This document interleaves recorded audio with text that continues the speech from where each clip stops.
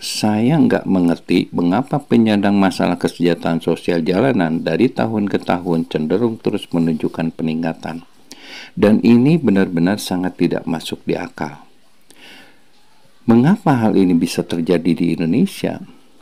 Bukankah negara kita ini negara kaya raya, dengan berbagai sumber kekayaan alamnya yang melimpah dan yang luar biasa, seperti kaya akan migas, kemudian kaya akan sumber non-migas, dan begitu pun pendapatan uang lainnya dari keuntungan perdagangan lintas negara seperti ekspor. Dan kemudian pendapatan lainnya pun juga bersumber dari pajak dan sebagainya. Ini suatu sumber kekayaan yang luar biasa yang dimiliki oleh negara Republik Indonesia. Nah, berdasarkan fakta dan data BPS pada tahun 2023, angka kemiskinan nasional mencapai 9,36%. Sementara target RPJMN pada tahun 2024 hanya 6,5 sampai 7,5%. Artinya masih kurang 2,5% hingga akhir pemerintahan Jokowi.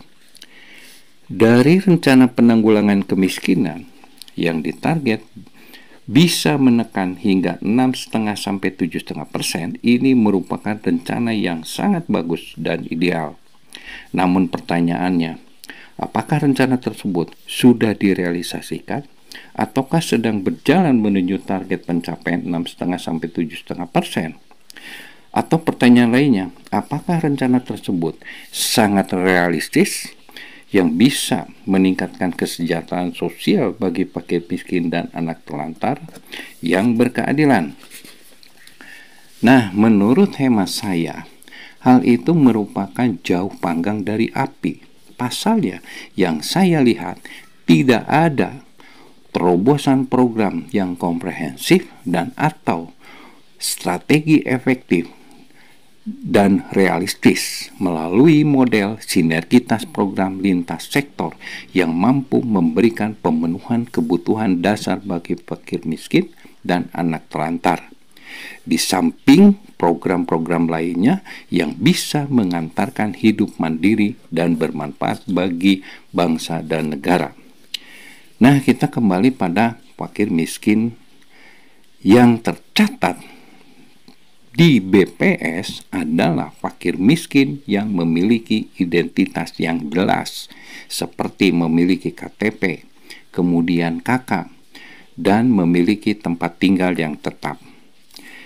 Yang artinya mereka terdata atau tercatat di data terpadu kesejahteraan sosial di kelurahan-kelurahan atau desa-desa, dan orang fakir miskin inilah selaku penerima manfaat dari program bantuan sosial, program bantuan perlindungan sosial, program layanan kesehatan, pendidikan, dan sebagainya. Namun, program-program ini pun menurut hemat saya masih harus untuk disempurnakan agar hasilnya lebih optimal. Lalu bagaimana dengan fakir miskin yang termasuk di dalam kategori PMKS jalanan dan mereka tidak memiliki identitas seperti KTP, KK, kemudian tempat tinggal, dan mereka hidup di jalanan seperti keluarga jalanan, kemudian anak-anak jalanan, gelandangan, pengemis, ODGJ jalanan, dan sebagainya. Dan mereka tidak terdaftar pada DTKS di kelurahan atau desa sebagai penerima manfaat program bantuan sosial dan sebagainya. Bahkan mereka kerap mendapatkan penangkapan dari Satpol PP karena dianggap melanggar ketertiban umum. Nah, PMKS jalanan yang kerap ditangkap oleh Satpol PP dan kemudian selanjutnya itu didata, kemudian diberikan suatu pengarahan, kemudian pembinaan-pembinaan singkat yang selanjutnya dilepaskan kembali dan seterusnya. Di sisi lain, ada pula PMKS jalanan yang memiliki identitas seperti memiliki KTP, KK, tetapi tidak memiliki rumah atau tempat tinggal yang tetap.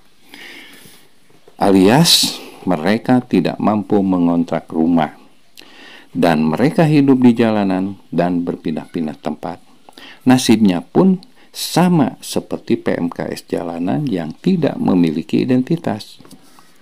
Nah, berdasarkan fakta di lapangan, PMKS jalanan ini menurut hemat saya seharusnya menjadi skala prioritas di dalam layanan bantuan program-program sosial, karena mereka hidup di jalanan yang jauh dari kehidupan layak dan rentan terkena penyakit, dan banyak yang telah mati di jalanan karena kelaparan dan atau karena sakit, dan ada pula karena kecelakaan dan sebagainya.